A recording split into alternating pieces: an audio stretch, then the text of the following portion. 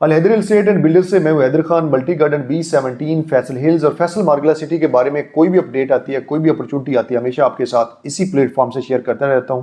तो आपने चैनल को लाजमी सब्सक्राइब करना है ताकि आने वाली वीडियोस का नोटिफिकेशन आपको मिलता रहे।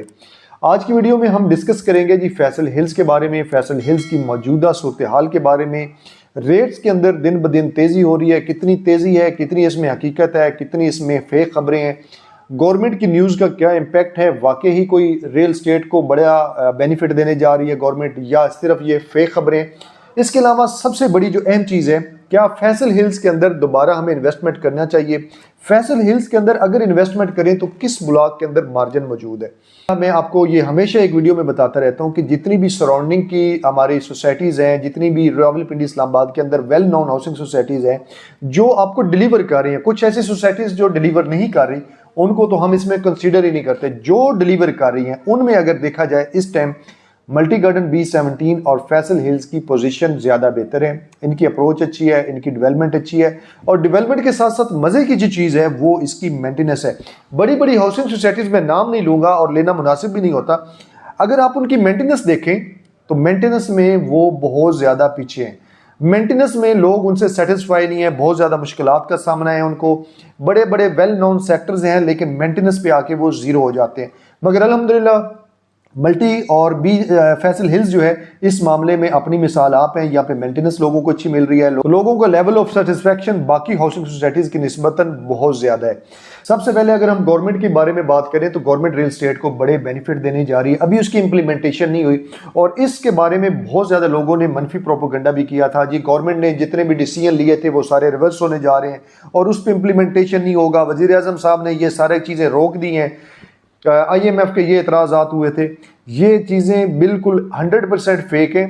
कुछ चीज़ें हैं जिसके ऊपर लेट्स सपोज के रियल एस्टेट के अंदर अगर आप कंस्ट्रक्शन सेक्टर की बात करें तो कंस्ट्रक्शन सेक्टर के बारे में एक गवर्नमेंट ने एक पैकेज बनाया था, उस पैकेज के ऊपर अभी कुछ चीज़ें फाइनलाइज नहीं हुई थी जिसकी वजह से वज़ीर आज़म ने तकरीबन जो 4-5 दिन पहले एक मीटिंग हुई थी तो उसमें उन्होंने हफ्ता 10 दिन के लिए मजीद इसके ऊपर वर्किंग करने के लिए अपनी जो उनकी टास्क फोर्स थी उनको कहा था कि इसके ऊपर आप मजीद वर्किंग करें और इसको एक हफ्ता 10 दिन के लिए उन्होंने पोस्टपोन कर दिया था कि इसके ऊपर दोबारा मीटिंग होगी।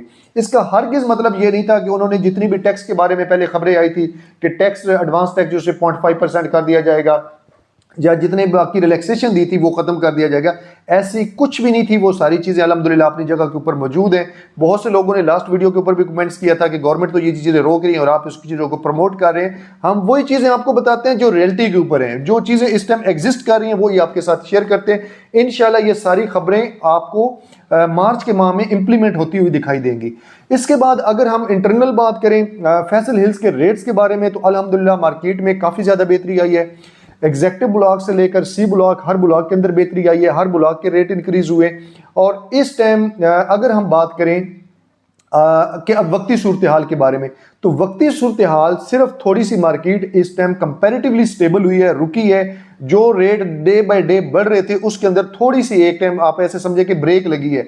ये नहीं है कि अभी भी ट्रांजैक्शन नहीं हो रही। कल भी फैसल हिल्स का जो हेड ऑफिस था वहां पे रश लगा हुआ था, कल भी वहां भी बहुत ज्यादा ट्रांजैक्शन हो रही थी, वहां पे बहुत ज्यादा ट्रांसफर हो रही थी। तो इट मीन्स कि वो वाली ये बिल्कुल आप कहें कि रिवर्स लग चुका है कि मार्केट बिल्कुल डेड होगी, ऐसी सूरत हाल नहीं है। ट्रांसफर अभी भी हो रही है, चीजें अभी भी बिक रही हैं, सेल परचेज अभी भी हो रही है, लेकिन जो हफ्ता 10 दिन पहले वाली रूटीन थी उसमें कंपैरेटिवली कमी आई है। इट मीन्स कि ये भी नहीं हुआ कि रेट रिवर्स हुए। एक होता है कि अगर किसी चीज का प्लॉट का रेट गया था 45 लाख दोबारा 40 पे आ गया, ऐसा सीन भी नहीं हुआ।